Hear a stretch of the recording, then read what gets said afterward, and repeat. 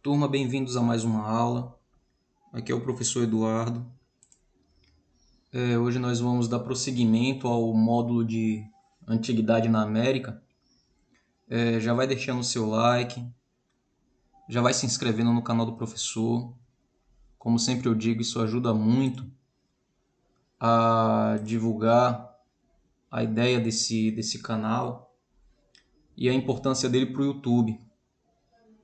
Clica no sininho para receber as notificações, você é inscrito, e vamos para a aula.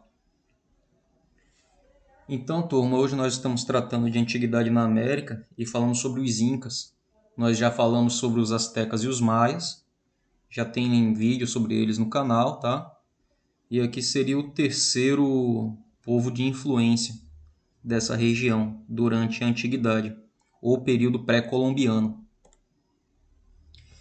Os Andes Centrais, que foram a região onde esses povos se desenvolveram, ou os ancestrais dos Incas,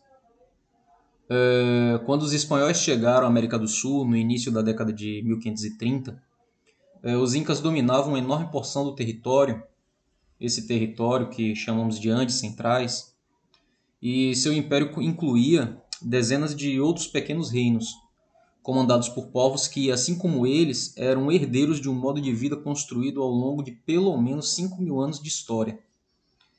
Então isso aqui dá a ideia de que os Incas eles não surgiram da noite para o dia, é um período histórico de 5.000 anos para trás. Tá? Entre as características desses povos estavam as construções monumentais, semelhante aos astecas e os maias, tá?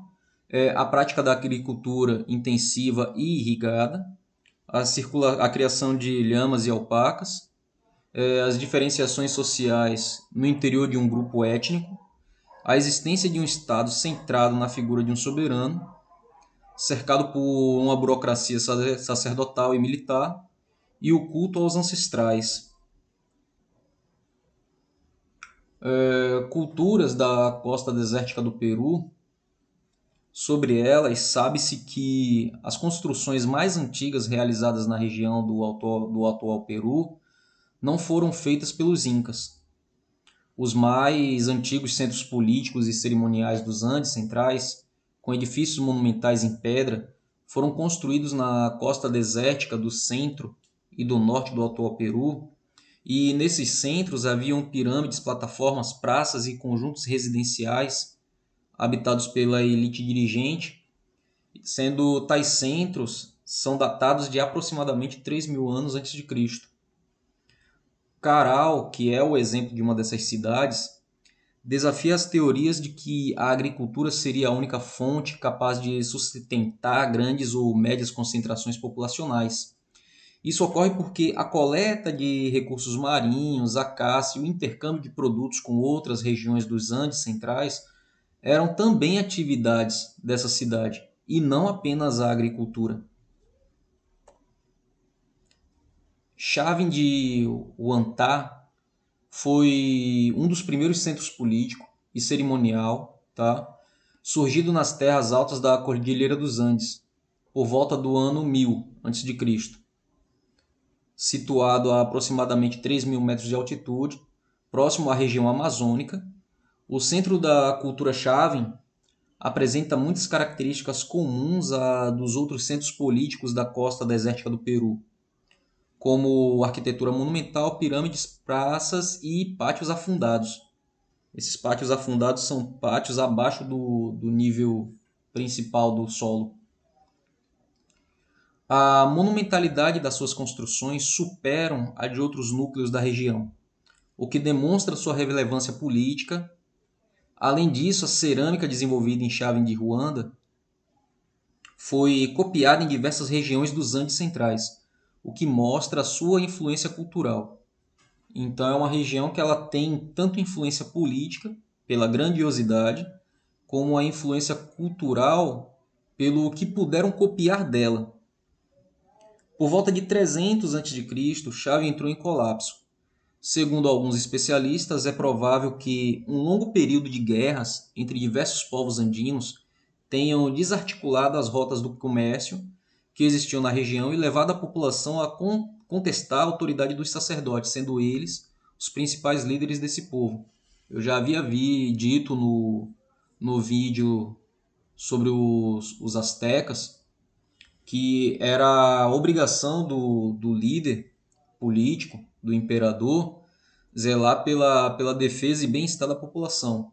Então, se o povo não está bem, é culpa do líder e a autoridade dele passa a ser contestada.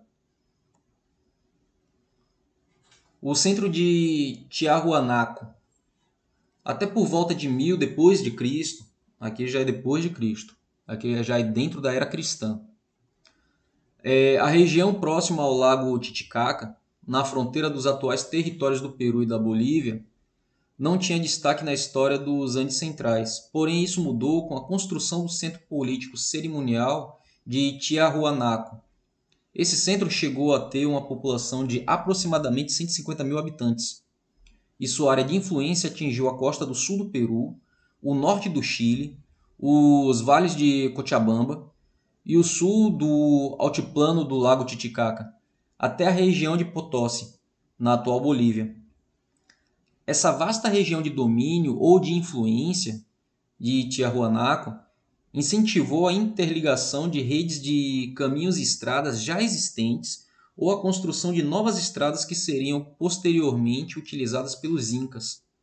Essas estradas, construídas pela essa própria cultura, ela facilitava tanto o comércio como o envio de mensagens, já que eles tinham uma rede de mensageiros entre uma cidade e outra.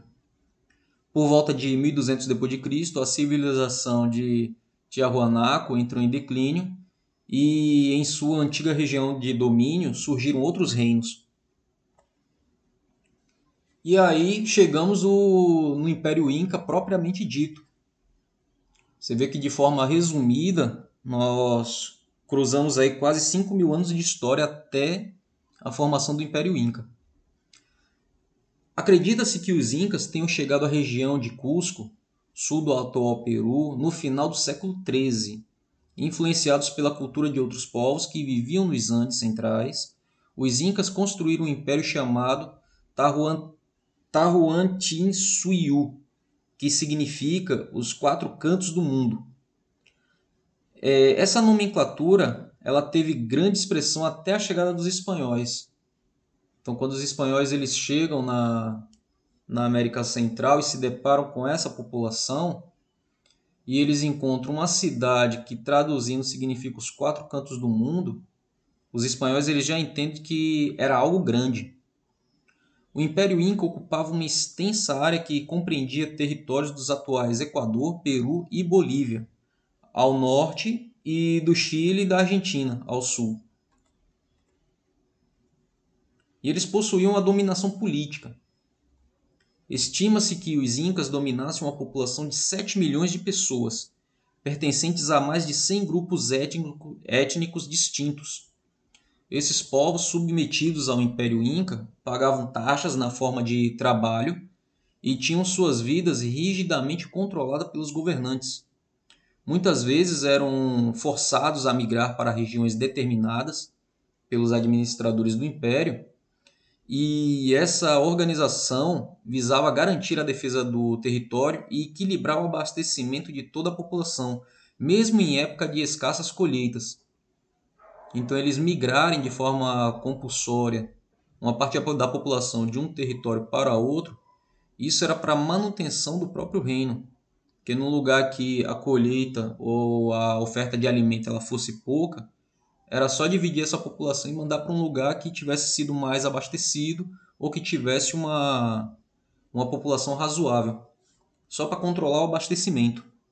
Isso era papel da administração do império. Nem por isso, quando tinham oportunidade, os povos dominados deixavam de oferecer resistência. E por essa razão o governante mantinha um exército capaz de conter os possíveis levantes. Eles sempre mantinham uma guarda militar de prontidão para conter qualquer tipo de revolta. As famílias recebiam do governo uma porção de terra para plantar e compartilhar com os demais habitantes o cultivo das terras do império.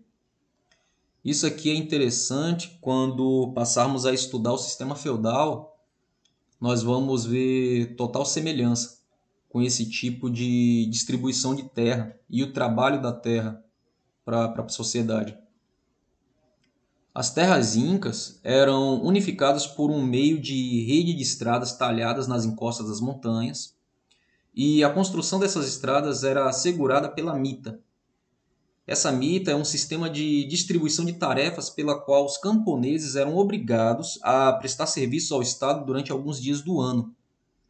Durante a colonização espanhola, esse sistema de mita vai ser assimilado pelos espanhóis e os incas vão acabar sendo dominados e escravizados pelos espanhóis dentro da lógica desse sistema aqui.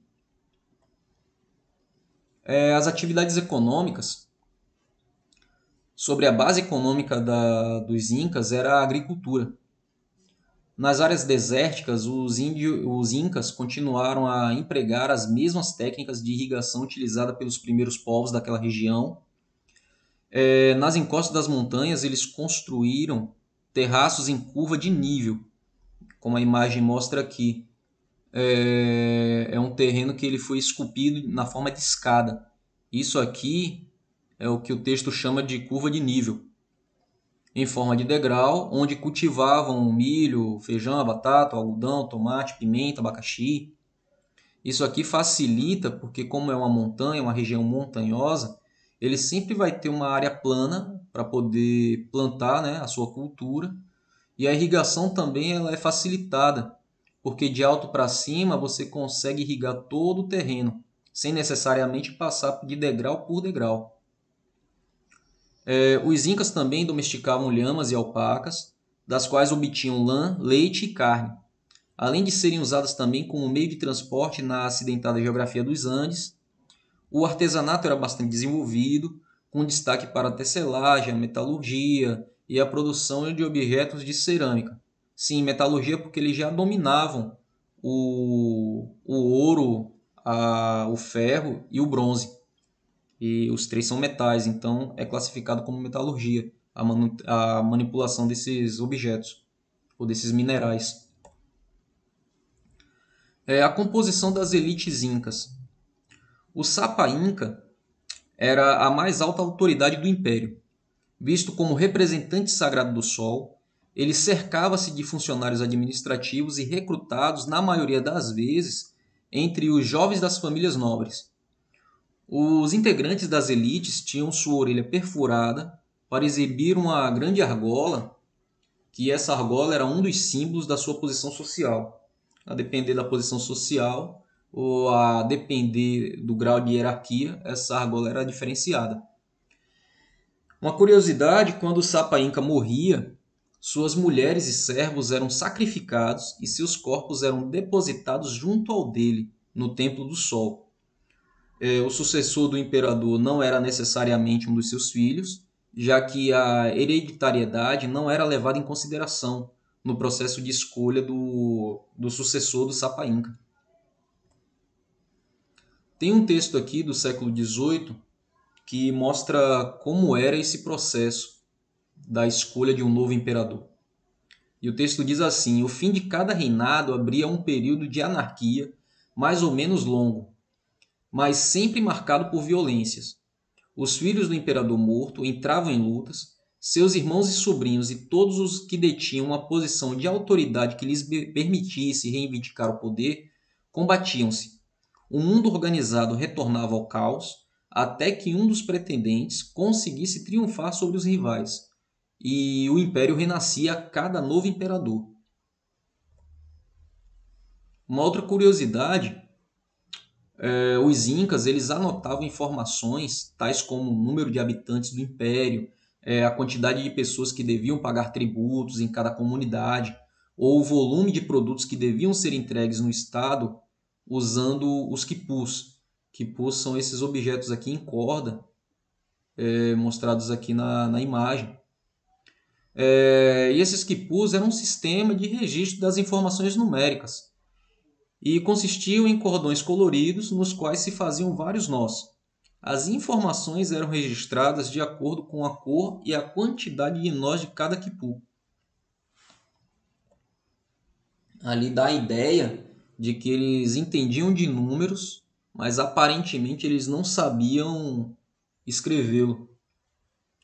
A cidade de Machu Picchu foi uma das poucas cidades incas que sobreviveram à conquista espanhola. Provavelmente por não ter sido descoberta pelos europeus na época colonial, a cidade ela foi construída no topo de uma montanha, no vale do rio Urubamba, cerca de 2.400 metros de altitude. Então, por ter sido construído numa montanha e a 2.500 metros de altitude, então os espanhóis eles não conseguiram ter acesso no período colonial a essa região. Tá? Abandonado por seus habitantes em época incerta, a cidade ficou coberta pela vegetação, apesar dos habitantes da região de Cusco saberem de sua existência. Ou seja, o seu vizinho mais próximo, o vizinho mais próximo de Machu Picchu, sabia da existência dessa cidade. E mesmo assim ela ficou como se esquecida durante o período colonial.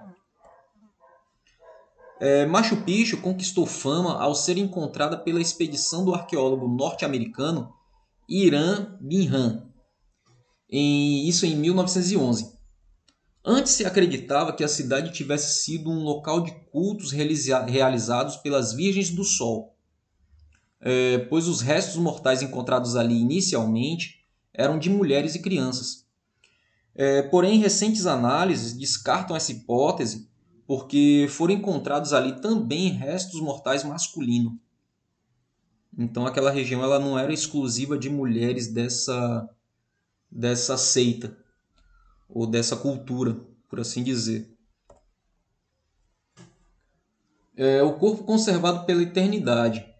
Tem a imagem aqui ao lado de uma múmia desse período Inca, ao qual a gente está estudando, e você pode observar o grau de conservação que ela está. Isso porque os Incas eles também dominavam técnica de mumificação.